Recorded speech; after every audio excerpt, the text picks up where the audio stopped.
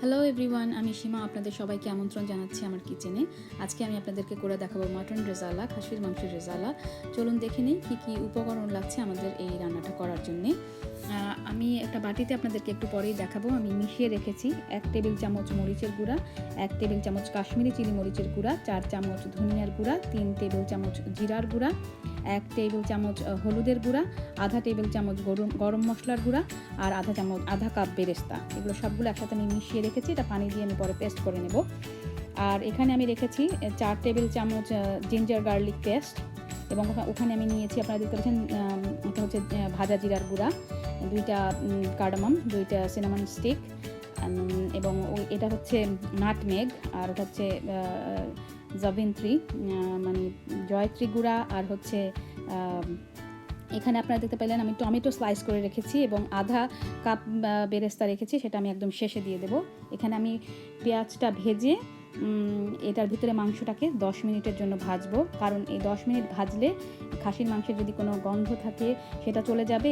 তাছাড়াও আপনি যখন মাংসটা ভেজে রান্না করবেন, এটা অন্যরকম একটা স্বাদ বাড়িয়ে দেবে আপনার রেজালাতে, আর এভাবেই রান্না করে।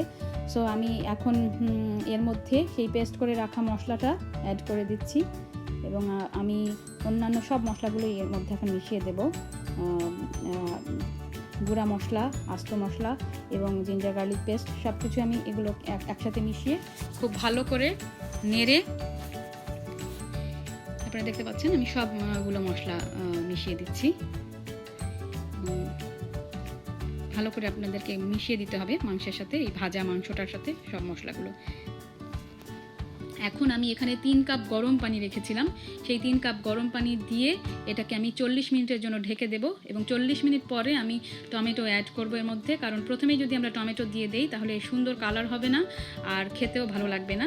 এটার টেকনিকটা হচ্ছে এরকম যে আপনি মাঝামাঝি সময়ে দেবেন টমেটোর স্লাইসটা। 40 মিনিটের জন্য ঢেকে দিলাম। দেখুন 40 মিনিট পরে, আফটার 40 মিনিটস, আপনারা দেখতে পাচ্ছেন যে ঝোলটা অনেক মাখা মাখা হয়ে এসছে আর মাংসের ভেতর থেকেও পানি বের হয়েছে। সো এখন আমি এই সময়ে টমেটোটা অ্যাড করে আরও 20 মিনিটের জন্য এটাকে ঢেকে দেব। দর্শক, 20 মিনিট পরে আপনারা দেখতে পাচ্ছেন মাংসটা অলমোস্ট হয়ে এসেছে, প্রায় কমপ্লিট।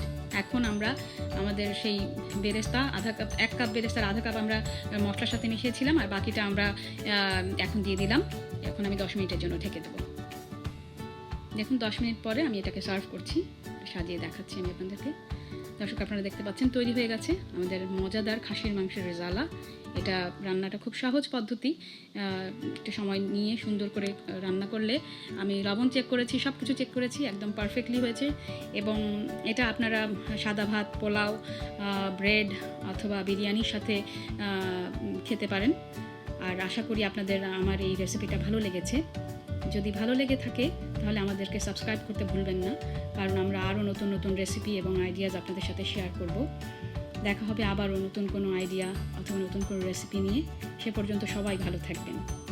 Bye bye.